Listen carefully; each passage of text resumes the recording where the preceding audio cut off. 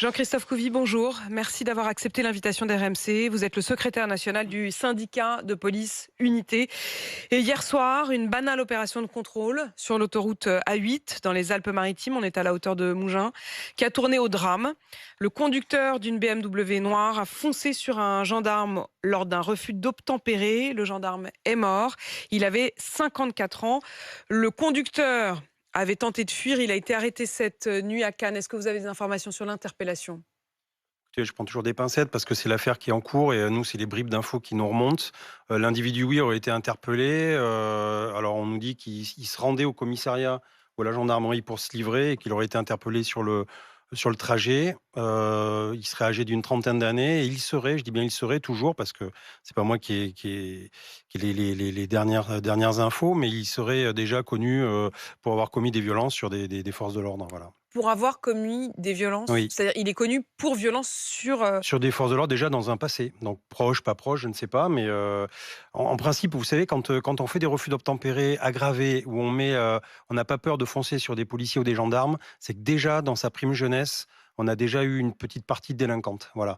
Les primo-délinquants qui foncent sur des policiers, j'en connais pas beaucoup quand même. Donc, pour aller jusque-là, jusqu'à prendre ce risque-là, il faut effectivement être avoir déjà en quelque sorte un passé judiciaire, un passé de délinquance. Oui, il faut. Alors, encore une fois, je prends des pincettes, hein, mais ça va être très intéressant effectivement d'avoir le curriculum vitae de ce chauffard et même de ce meurtrier, on peut dire, parce que il y a quand même un père de famille de 54 ans. Enfin, vous voyez, je fais juste un transfert. Moi, j'ai 53 ans, j'ai 2 enfants du même âge que lui. Lundi prochain, c'est la rentrée scolaire. Qu'est-ce qu'on va dire à ces gamins? Là, ils ont même pas eu de vacances ensemble parce qu'il fallait être les Jeux Olympiques. Enfin, je veux dire, c'est en fait, aujourd'hui, il n'y a plus de petits contrôles. Et c'est vrai, quand on dit on fait un contrôle banal, etc., tous les policiers, les collègues, ils me le font remonter, m'ont dit on fait plus de contrôle banal. Parce qu'aujourd'hui, c'est un fléau. Voilà, il y a 27 500 refus Le refus d'obtempérer. d'obtempérer, pour vous, vous en parlez comme d'un fléau. Oui, c'est un fléau. C'est un fléau et en fait, c'est un symptôme de ce qui ne va pas dans la société. C'est-à-dire on a inversé des valeurs. Aujourd'hui, on a une partie de la société, les gens sont des sociopathes. Ils vivent en dehors des règles de la société. Ils sont dans une démarche antisociale et en fait, ils ne respectent plus rien. Et donc, nous, je veux dire, nous sommes des gens civilisés, respectueux des lois, on ne comprend pas ça. On n'arrive pas à comprendre que des gens ne respectent pas justement le fameux vivre On leur ensemble. demande de s'arrêter et qu'en réalité... C'est tout simple. On s'arrête, on donne les papiers. Alors, sauf si on a quelque chose à se reprocher, mais dans ces cas-là, est-ce que vraiment d'aller tuer quelqu'un, d'aller faire, endeuiller une famille et même toute une profession, ça vaut vraiment le risque. Voilà. Encore une fois, on n'assume rien. C'est-à-dire qu'on est délinquant, mais j'assume pas le fait que je sois délinquant et je suis prêt à tout pour échapper à mes responsabilités. Le refus d'obtempérer, il tue. Il a tué un gendarme hier soir. Il tue aussi parfois ceux qui refusent d'obtempérer. Il tue aussi parfois, on pense évidemment donc à Naël notamment, il tue aussi parfois des piétons dans des courses-poursuites. Aujourd'hui, le refus d'obtempérer est un des motifs de mort dans ce pays. Oui, tout à fait. Et en fait, j'ai pris 3 chiffres. Un samedi 24 août, 2 policiers Labravem, des motards qui ont été renversés par un chauffard et qu'on a interpellés. Donc, les collègues ont été blessés. Châtellerault, un policier blessé à 18h. Et dans Lyon, 6 blessés, dont 2 gendarmes. Tout ça dans la même journée. Imaginez un petit peu Ça, tous c'est les samedi. jours. C'est samedi. Samedi 24 août, un samedi sur la Terre en France, comme dirait Cabrel. Voilà, mais c'est exactement ça. Et donc, aujourd'hui, tous les jours, ce sont des chiffres qui tombent. Nous, on a, encore une fois, on fait des statistiques, c'est toutes les 17 minutes à 20 minutes. Voilà, bon, peut-être 3 minutes Est-ce que d'écart. ça veut dire Mais que les policiers aujourd'hui rechignent à juste procéder à des vérifications d'identité ou de papier? Alors, c'est pas qu'ils rechignent, c'est qu'en fait, on prend toutes je veux dire, les précautions nécessaires et on redouble encore plus de prudence, j'allais dire. Parce qu'en fait, en face de nous, on ne sait pas qui on a affaire. Et c'est ce qu'on dit aux citoyens et aux gens. Et on leur dit, voilà, nous, on vous connaît pas. Alors vous, effectivement, vous nous dites, moi, je suis quelqu'un de très bien, mais moi, je sais pas qui est derrière un volant. Et on voit bien que derrière un volant, malheureusement, il peut y avoir un meurtrier.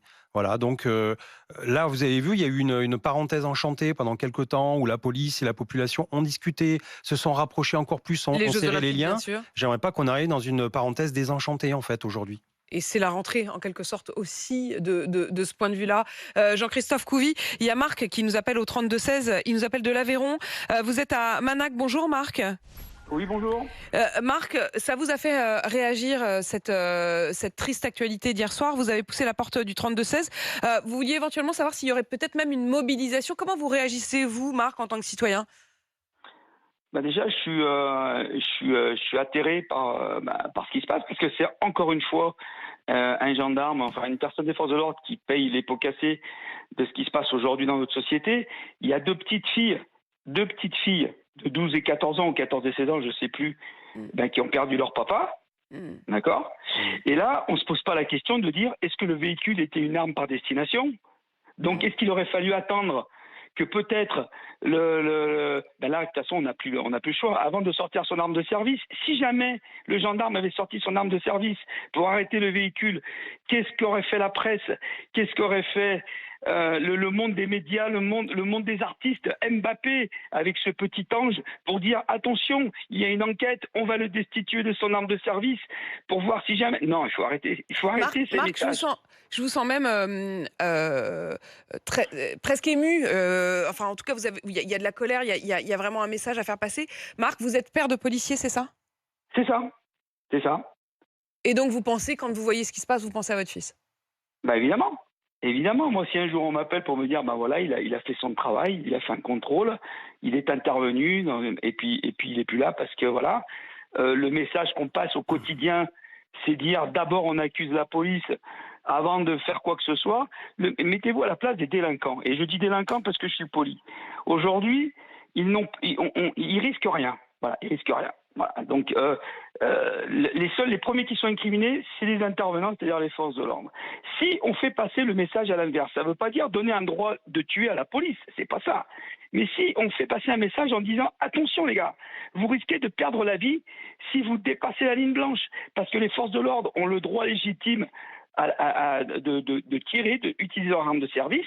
D'accord? Vous risquez de perdre la vie. Non, au lieu de faire passer ce message, c'est d'abord, est-ce qu'il avait le droit? Est-ce qu'il a bien décroché son truc? Est-ce que c'était une arme par destination? Tant qu'on mettra ces messages à la radio, à la télé, dans la justice, on n'y arrivera pas, Apolline. Marc, je ferai passer le message tout à l'heure aussi à Gérald Darmanin, mais je reviens avec vous, Jean-Christophe Couvi, sur le témoignage de Marc. À la fois, j'entends bien et j'entends évidemment cette émotion et cette inquiétude, même du père de famille. Mais il y a aussi eu Naël, il y a aussi eu, c'est-à-dire qu'il y a aussi des gens qui savent qu'à un moment, eux-mêmes, ils peuvent perdre quand même la vie en refusant d'obtempérer, aussi parce qu'à un moment, le policier va tirer, parce qu'à un moment, ils vont se retrouver dans la folle course-poursuite, à éventuellement avoir un accident. Est-ce que ça, malgré tout, à un moment, ça ne restreint pas Je sais pas si ces personnes-là, elles ont ça dans la tête, en fait. Elles ont peut-être pas le recul nécessaire. Hein. Moi, ça vient peut-être aussi de leur éducation, la façon de penser. Ils prennent ça comme un shot d'adrénaline. C'est un jeu. On est comme dans un jeu vidéo. C'est GTA, c'est super. Franchement, je me pose des questions à qui on a en face de nous. Et quand après, alors, j'ai beaucoup, voilà, je sais que la maman de Naël, quand on perd un enfant, de toute façon, je veux dire, notre vie s'arrête quelque part. Mais ce que j'ai pas aimé, et c'est qu'on dise, oui, mais qui n'a pas conduit déjà à 17 ans, sans permis? Cette phrase, elle a été prononcée par la mère de Naël lors d'un rassemblement. Elle a dit qui n'a jamais conduit sans permis et qui encore respecte. Voilà, mais en fait c'est symptomatique. C'est pas elle que j'en veux, mais je veux dire c'est symptomatique parce que derrière il n'y a pas eu de résonance. Ça banalise, mais ça banalise tout. l'infraction. Et donc dans quelques années on dira qui n'a pas dealé. D'ailleurs on voit qu'il y a des députés qui l'ont fait, qui l'assument, mais qui n'a pas dealé, qui n'a pas tiré la Kalachnikov dans des. Enfin, je veux dire on va aller jusqu'où comme ça. À un moment donné il faut aussi s'insurger, se dire voilà stop. Oui, c'est un délit très grave et derrière il y a des vies qui basculent, il y a des familles entières qui sont endeuillées et c'est pas la rigolade d'avoir des gamins. Alors là c'est pas le cas, mais d'avoir des personnes qui n'ont pas de permis, qui n'ont pas d'assurance et encore une fois qui vivent en dehors de la société, des règles de la société. Jean-Christophe Couvi, hier encore une fusillade dans le centre-ville de Besançon. Qui a fait 2 morts, 7 fusillades ces derniers jours à Grenoble. Est-ce que, Jean-Christophe Couvi, vous avez l'impression qu'effectivement, il y a eu cette parenthèse enchantée, en quelque sorte, des Jeux Olympiques, mais que la réalité de cette délinquance en centre-ville, Besançon, c'était vraiment dans le centre-ville, en plein jour, elle est toujours là? Mais elle est toujours là. De toute façon, alors effectivement, on a eu à un moment donné, on a détourné l'attention sur les Jeux Olympiques parce que ça a fait du bien à la société. On a vu d'ailleurs que les gens normaux Voilà, quand c'est le respect, quand vous allez voir des policiers, eh bien, les policiers sont des miroirs de la société. On vous parle bien, on vient avec des sourires, ben, vous souriez, vous rigolez, vous échangez, vous faites des selfies. En échange, quand en face de vous, vous avez des délinquants avec des gens qui peuvent pas vous blairer et qui sont là juste pour essayer de vous tuer, ben, je suis désolé, comment on doit reprendre, on doit faire? Et là, on voit bien effectivement qu'à Besançon, c'est des villes moyennes, mais c'est un fléau aussi qui touche tout. Et la réalité, elle est là. Alors oui, on prend des tartines de réalité tous les matins au réveil, mais nous, on vit dans cette réalité en tant que policier. Et c'est bien qu'il y ait cette parenthèse enchantée, mais il faut comprendre maintenant, et on attend aussi les politiques s'emparent de ce problème et à long terme et qu'on règle le problème une bonne fois pour toutes. Que les politiques s'en emparent, encore faudrait-il qu'il y ait un véritable gouvernement, mais c'est le ministre démissionnaire de l'Intérieur, Gérald Darmanin, qui sera mon invité tout à l'heure à 8h30. Merci Jean-Christophe Couvi d'être venu dans ce studio pour répondre à mes questions, secrétaire national du syndicat de police Unité. Et puis merci à Marc pour son témoignage.